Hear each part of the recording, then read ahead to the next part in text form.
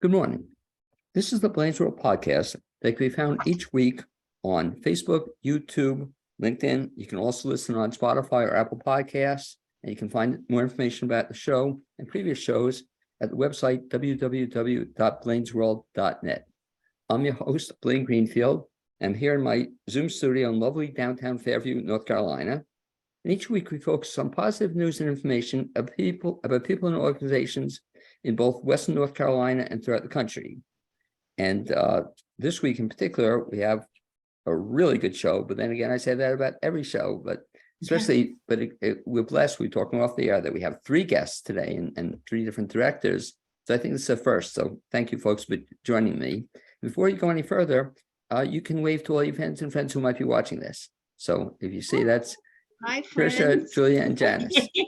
And it's my pleasure, like I said, to introduce the 3 women: Janice Bertucci-Schreiber, Patricia Sands, and Julia Wharton, 3 directors with the upcoming show Let Me Down Easy at the Black Mountain Center for the Arts. And what I'd like to start off with, especially since I haven't had the pleasure of speaking with you, Patricia, on the air, in terms of your background, you're a director in this show. Have you always been a director, or you're in other theater stuff? Yeah, almost 40 years. So you started what, at 7? No, really, I heard that the youngest woman director in the history of wherever. Where'd you grow up? And I grew up in Iowa, but I started directing when I started teaching. Okay, so when you were a kid, though, even before you started teaching and directing, were you a theater kid at all, or were you into theater? Yes, mostly music and some theater. Okay, do you remember your first play you were ever in? I think it was Peter Pan. Do you remember? Okay, and what was your role? What was your role in Peter Pan? Wolf, the wolf. Okay, do you remember the role? Do you remember What's the that? role? Do you remember the role, or just? A little. Okay, I asked that question. Janice has heard me say this before, Julia too. But I have a great fundraiser that nobody's taken me up on yet, Patricia. But I want to recreate that first role. Wouldn't that be? Oh. But do you have a record of that anywhere? What's that? Did they ever take? They have a video recording of that, or any kind of Oh, recording? no. Okay, but wouldn't that be No. cool to just recreate your first role? You know, as a wolf, all these years later. So then you started Could be just the 3 of us. Okay, exactly. So you started teaching as what, a drama teacher? As a music teacher. Okay. So, but the theater was always connected to that. So they came together. Okay. And so where did you teach? In Missouri, and then Honduras, South Africa, Malaysia, Taiwan, Serbia, Qatar, Singapore. Okay, a couple of places. Were you always directing in those places? Most of the time. Now, in terms of directing, have you also acted as well? My background is more in music. So I did music theater, singing, performing. So I was actually singing in the opera in Singapore recently. So that I was not acting as an actor. But certainly as a musical performer. And the question I always ask too, Patricia, when I meet an actor / director or vice versa, do you have a preference, acting or directing? Directing. Okay. And most actors will tell me that, who are also directors, but they don't tell me the truth, Patricia.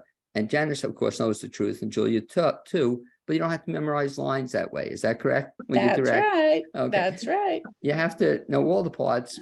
Or the worst thing, I don't know if it ever happened to any of the 3 of you, but were you ever directing and then somebody didn't show and you had to step into a role? Have you ever had to do that? No, Julia, you're lucky. Really? Never happened? never happened.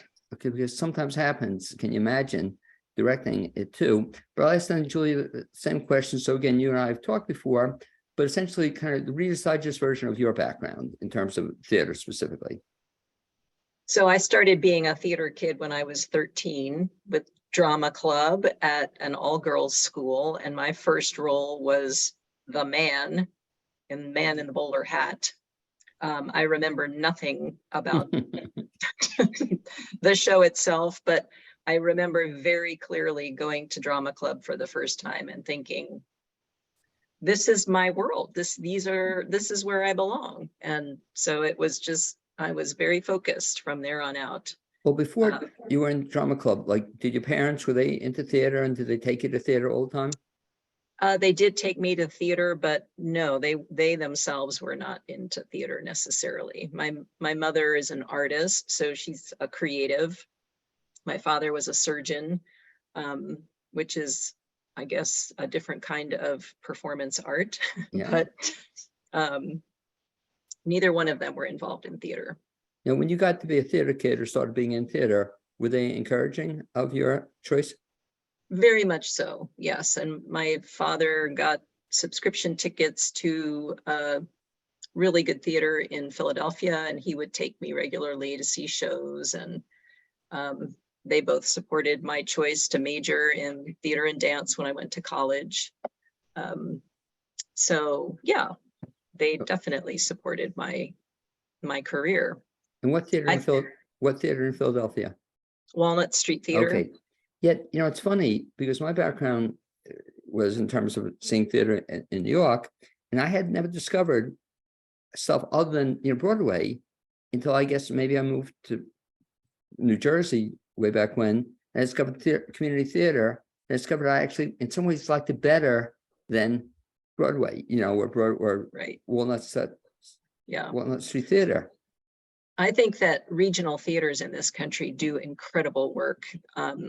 They develop new playwrights, and they do excellent work with classics and musicals, everything. I think that if I could have been a member of a resident company at a regional theater, I would have pursued more of a performance career. But I'm pretty thin-skinned, and the whole constant audition wheel, just, I didn't want to do that. So you then same thing too. So you eventually got into directing for the most part? Yeah, and that coincided. It wasn't one because of the other, but it happened kind of at the same time. I started teaching as well. I was overseas and started a theater program at the International School in Zimbabwe. And around the same time, I directed a show for the Harare International Festival of the Arts, and discovered that I really loved that process. It's such an adventure, that directing process. What was that show? That show was a new show. It was written by an American woman who was also in the embassy there. What was it called? Oh my gosh. I can't remember the name of it right now, but it was about an artist and his very good friend who, his best friend, but who really would like to be his lover. By the way, when you write your first play, or have you ever written a play yet? I've tried. Because I'm saying, I always think, folks, that would be a great name for a show. You know, if not, oh my gosh, you know that play, or you know that show, you know, so you Right. don't remember it, you know that one we're talking about. Yeah. But in terms of trying writing a play, and I asked Janice, and same thing too. I've known Janice several years now, as an actor, but also as a director as well. And Janice, your background, I know you were in Jersey. You were a teacher for a long time. Had you started before then? Well, you know my crazy story, but I know a but, little bit of it. Yeah. yeah, but let's see. I always thought that I didn't start to be on stage until I was in high school, but that's really not true. It was really 5th grade that I got on the stage, but I became, 5th grade, yeah, Miss Beach. But I became very afraid of performing and being on stage. So that's why I didn't really solidly do it till I was 15 years old. And I knew that theater was going to be part of my life. And so, it's wonderful to hear parents who were encouraging. My mother was not so encouraging, but my dad loved the theater and loved going to New York. We lived in New Jersey, Jersey City, New Jersey. And so he would always bring me back the original cast albums of the shows. And that whole thing, you learn every part by heart. I literally did. I still have some of those albums, actually.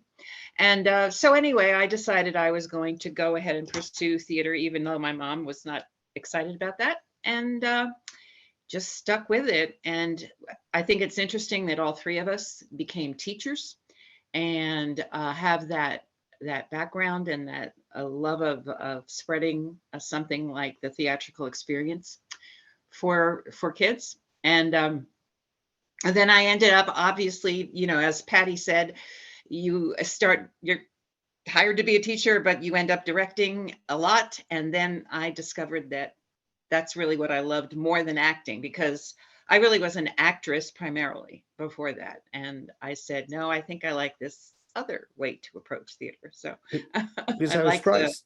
the discovery. As you were saying, I was surprised because I can just imagine you, and even now being such a quiet, unassuming person, so that you acted, I find that hard to believe that, you would actually get up in front of people and even teach. You eventually taught also, can you imagine, not being the shy and reserved person you are, Janice? Oh, me? Yeah, exactly. That's what I'm saying. This is I surprising to me. was, but see, people don't now in my life can't believe that of me. But I was lots of self-doubt, I was very, now I have a big mouth. Yes. The experience the three of you share is so interesting in terms of, having support or not having support from parents, because that's so important, and what I hear too often, and you, especially as teachers, you probably have heard it too, or do you hear that you hear from kids that they say their parents don't want them to act or perform? Do you hear that? What a shame. Mostly, if they're talking about making it a profession, they don't mind it being an after-school activity or something. Yes, But that's true. But what's interesting, Julie, you said that I think part of the problem is, though, that in terms of folks who want to be actors, they don't realize, and I speak to a lot of people about this, that there are a lot of more jobs out there for just people who don't just act, that in terms of, when we talk about the show you're putting on, that's three of you directors, you have a cast of 5, but there are other people involved in the production of the play, it's, and people, I think, I don't know how you feel about this, but I always tell people, you want to get an experience, become a stage manager, to a show, or you'll really see what a show is about, to show that it's not just on stage. And let me segue that into the upcoming show, Let Me Down Easy. I think I remember, Janice, you telling me about this quite a long time ago, that you had this idea you want to do this show. Before we talk about the specifics of the show, the question is, why this show? In other words, what about it that makes it so unique? Anyone want to take it? Go, Patty. Okay. This show is unique because we have 5 actors who play 20 different roles. So it's all monologues. There are no 2-person scenes. Everything is a monologue. So that's really unique. And that's why 3 of us were needed, because each one of us works with 2 actors, and we work specifically on their monologues, and then it all comes together. So that's one of the interesting parts of it. Of course, what's amazing is the playwright, Anna DeVere Smith. She played all of the roles herself, which is pretty amazing to see. So it features all kinds of people who are real people. We have Lance Armstrong, we have Lauren Hutton, we have Joel Siegel. We have a lot of real people that people know. And the focus for Anna is showing them in their real life. Did any of the 3 of you actually see the play? No. Okay. No. Oh, that's really interesting. So just by reading it, you knew that you wanted to do the play? And Right. how the 3 of you, because the thing that I find interesting in this is that 3 of you somehow then came together, because most shows have a director, maybe a co-director, but here we have the pleasure of having 3 separate directors. How'd that come about? Janice, do you want to answer that? Well, I was going to let you, I was going to say, how about you, Julie, in terms of Ovation Oh, yeah. Theater Arts Collective? I mean, essentially, again, Julie and I came to know each other. Both are kind of arriving in Asheville almost at the same time. Julie got here before me a little bit, but coming and connecting and meeting and then talking about what we wanted to achieve in terms of the theatrical experience.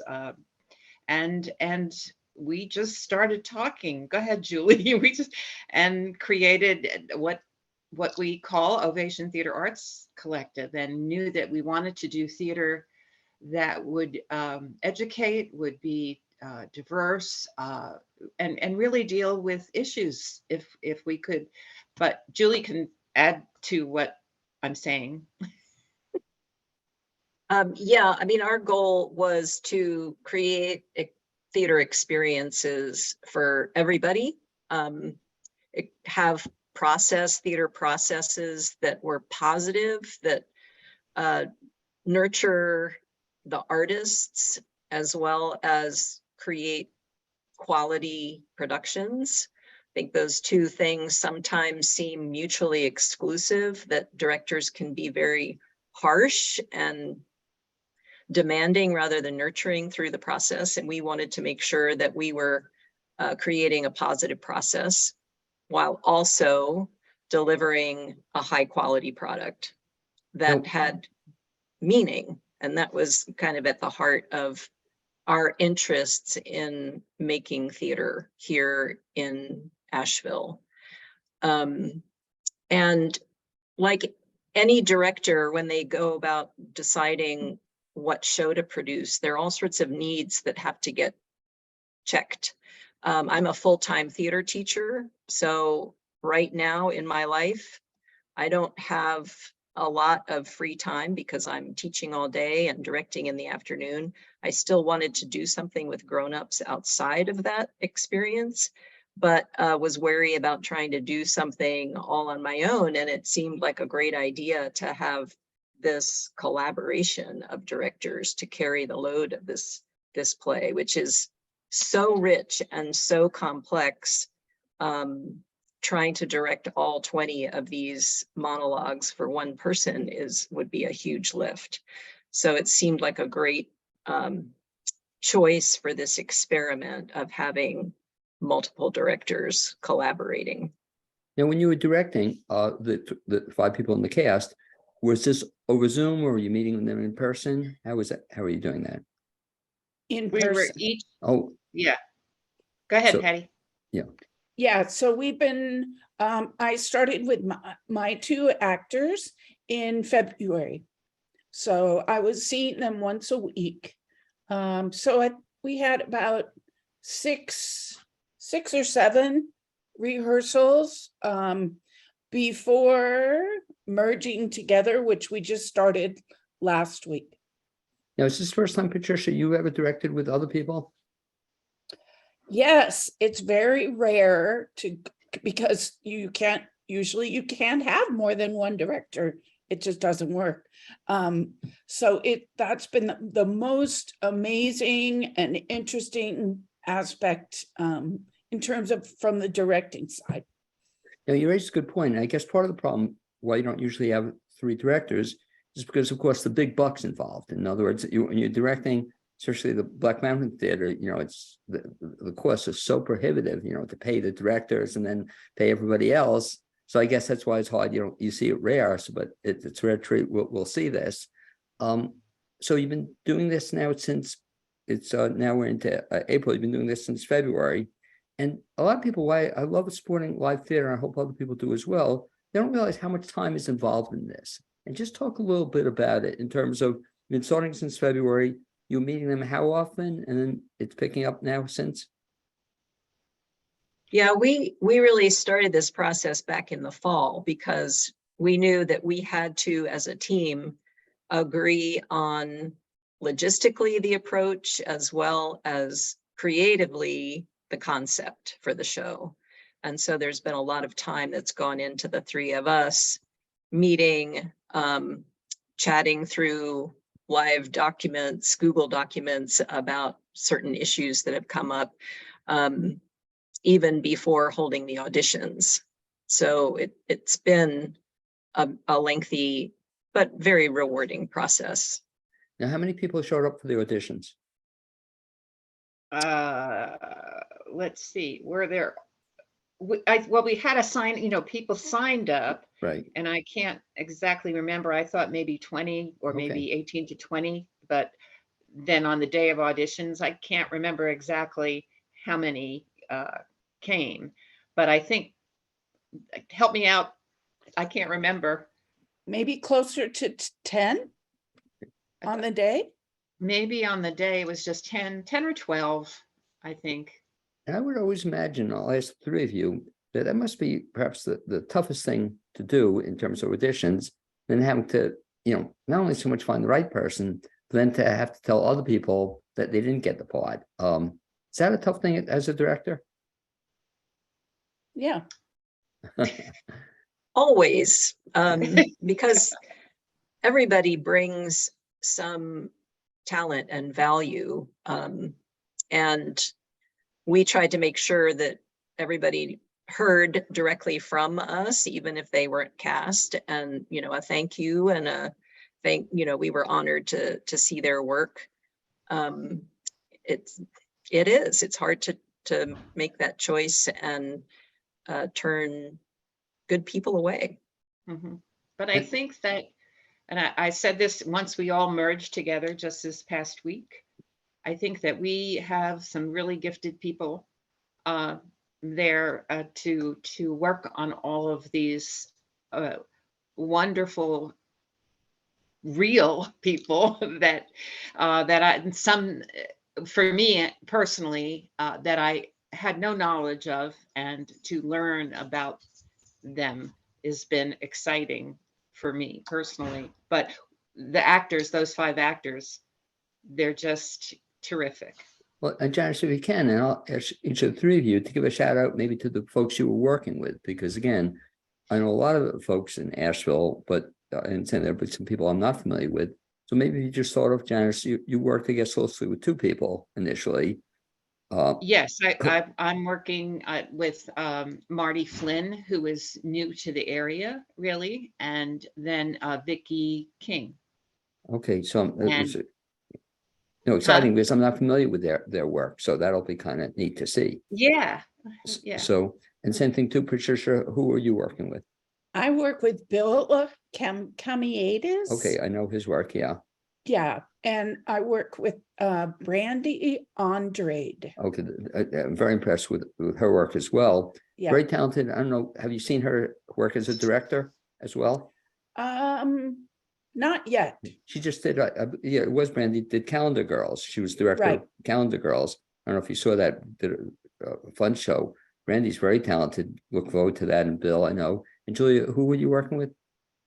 I'm also working with Vicki King. Janice and I share her, and I'm working with Jennifer Memelo.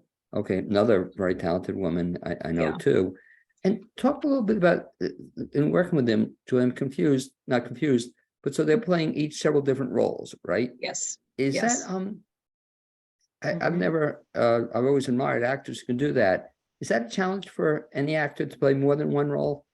Oh, it's a tremendous challenge. And this piece, which is verbatim theater, so Anna DeVere Smith interviewed all these people, and the monologues are based on these people's words. These are not invented words out of Anna's brain. They came straight from these real people. And Anna challenges any production to be faithful to these words, every like, every word, because she says that that it's like wearing the words of these people. So each actor really needs to transform themselves from one character to another. Jennifer, for instance, plays a New York choreographer and a rodeo bull rider and Argentinian physician, So big changes, male and female characters, and to watch them capture the gestures and the idiosyncrasies of each of these characters is really fun and fascinating for us as well as the audience. I think that's one of the things that makes Anna's work really compelling.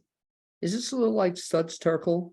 In Yes. terms of, but his was working, I love, it was musical, but this is not a musical. They're just reading the words themselves as the people would actually have spoken them. Yes. But yeah, it's just Anna Devere Smith will reference such studs very Oh, often. does she really? Yeah, well, in terms of the fact she narrowed this piece down to 20 people, but she interviewed 320 over the course of many, many years.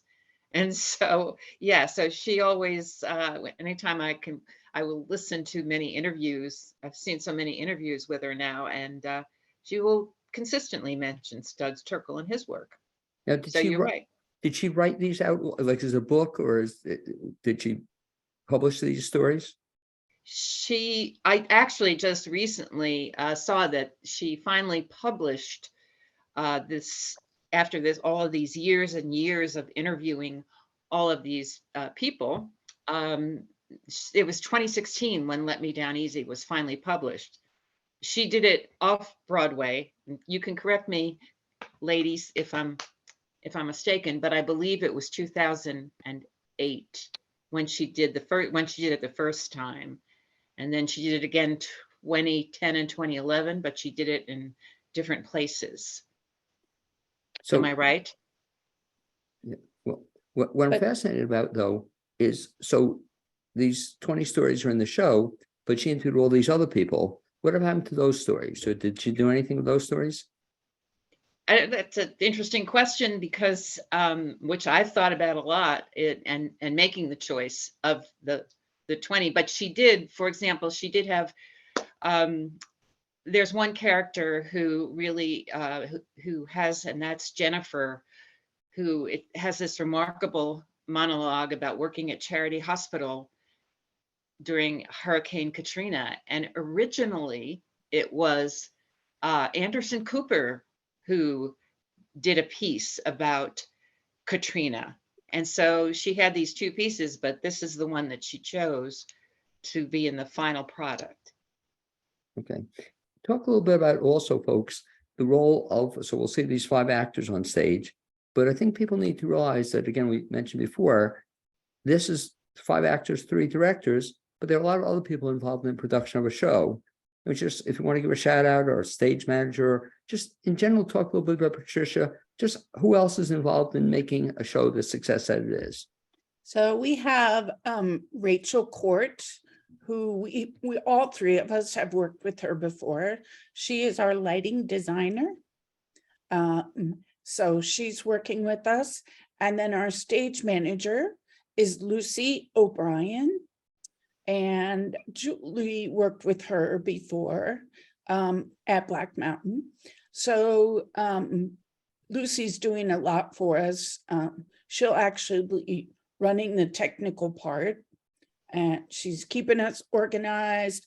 She's been doing Facebook postings on each of the different actors, and then at the Black Mountain Theater, actually, of course, Lori Cozy is in charge of the theater. And then we have Marilee Rorick.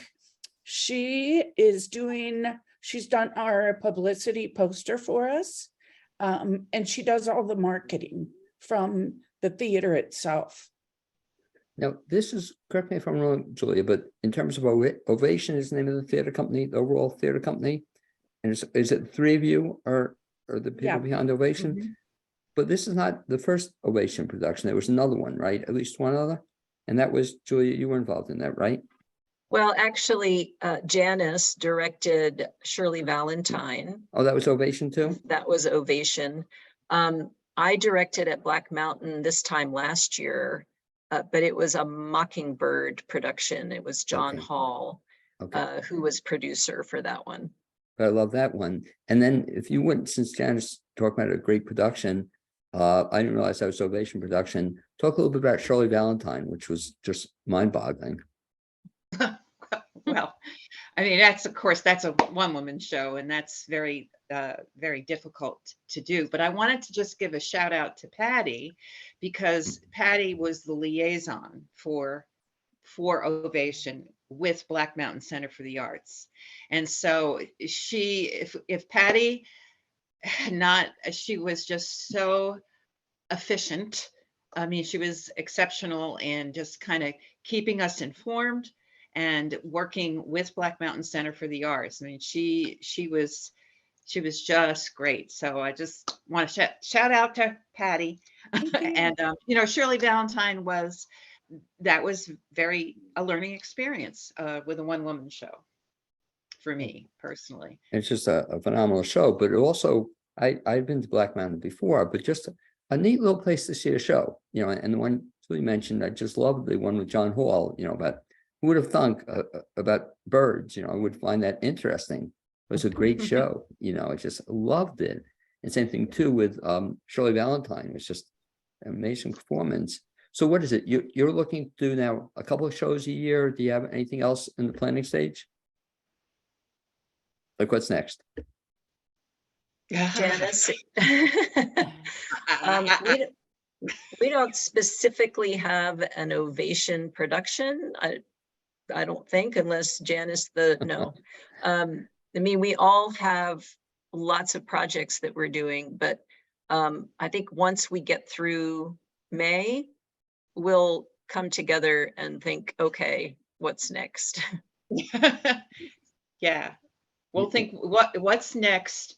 And of course, I think we're all doing something maybe. Well, Julie's probably, after teaching all year, she probably just needs a huge deep breath and needs to just chill after teaching all year. But and Patty, I think, does have something in the works. So Patty, you should share that. Yeah. I have 2 shows at Hendersonville Theater.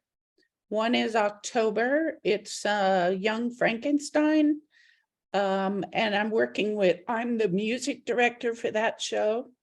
The director is Elizabeth, somebody else. And then November. By the way, she does, that's a very popular person. Somebody else, I know her too. I see that. Oh, Elizabeth, I see that person a lot, the somebody else. Do? Yeah. Okay. No, there's somebody else. I'm kidding you, but when I can't come up with a name, unusual last name. But anyway, Young Frankenstein brings back memories. I was in that years ago at ACT. I had one line, and I can do one line, that's about it. I was the guy on the gurney and I fell off. But anything beyond one line is much. So that's going to be a fun play. And what was the other show? Yeah. And then November at Hendersonville Theater, I'm going to do A Doll's House. I'm directing that, which is Reader's Theater. Okay. And I guess that's kind of a nice shift from, or keeping you still in the comedy range, Young Frankenstein and Doll's House, Yes. same kind of light, breezy stuff.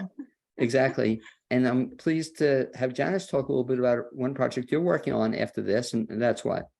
That's At the Cafe by Marcy Gallagher, an original piece, musical that really, the musical set in Nashville, and that's going to be, that's another learning experience. Never worked with an original musical before, and that has a lot of great local actors that are going to be involved. And there's just, it will go up in August.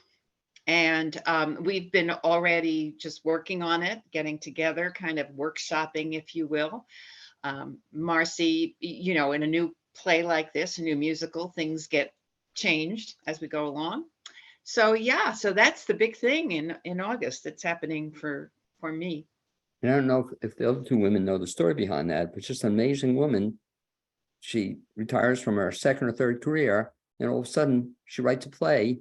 And she said, I don't know if you know the story. She just walked into Diane Wortham and got the theater. And the amazing thing with Janice's help, she's putting it up within 6 months. Some people we're hearing take 7 years to put on a play within 6 months, right, Janice? From thought you've gotten involved, I think Yeah. not much more than 6 months, but going to be an amazing story. And so back to the upcoming one. Anybody care to share the specifics? Again, both the date, time, location, how to get tickets, all that good stuff? Anybody take a stab at that? Oh, Well, Patty's. So, Go Okay, ahead. Julie. yeah. The performances will be the first 2 weekends of May, May 5th, 6th, and 7th, and the 12th, 13th, and 14th at Black Mountain Center for the Arts. The evening shows are at 7, and the matinees on Sunday are at 2. And you can get tickets by going to the Black Mountain Center for the Arts website to their theater page. That's blackmountainarts.org. Or you can find us on Eventbrite if you search Let Me Down Easy at Black Mountain Center for the Arts. And the nice thing about theater is pretty much there's no bad seat in the theater, so Correct. it's a little small theater. That's the bad side about it. There are only how many seats in the theater? About what, 70 maybe? 70. Okay, if that. So people Yeah. want to So see you it. don't want to miss out. You want to get your tickets and Yes, be there. I was going to say that show yes. should be an exciting event. And like I said, I've never seen a play before either with 3 directors, so that'll be kind of interesting to see. And really looking forward to it. And I want to thank you all for being my guests on this Blaine's World podcast. I'd also like to thank my producer, Cappy Tassetti. Hopefully we'll see you all at play. And we'll also see you around town. I'll see Patricia at Hendersonville. I'll see Janice every so often at the cafe. And you should be busy in the summer. I like what you said about, and by the way, I keep saying Julia. Is it Julia or Julie? What do you prefer? My legal name is Julia, but I've been called Julie all my life. So Oh. you can't be wrong. Okay, well, no, I saw it on Zoom. I saw the Julia, so I kept calling you Julia. But what do you prefer? Julie is great. Julia, okay, gotcha. Anyway, thanks very much for being my guest on this show. I look forward to seeing you both in this show, directing this show behind the scenes, and then we'll see you certainly around town.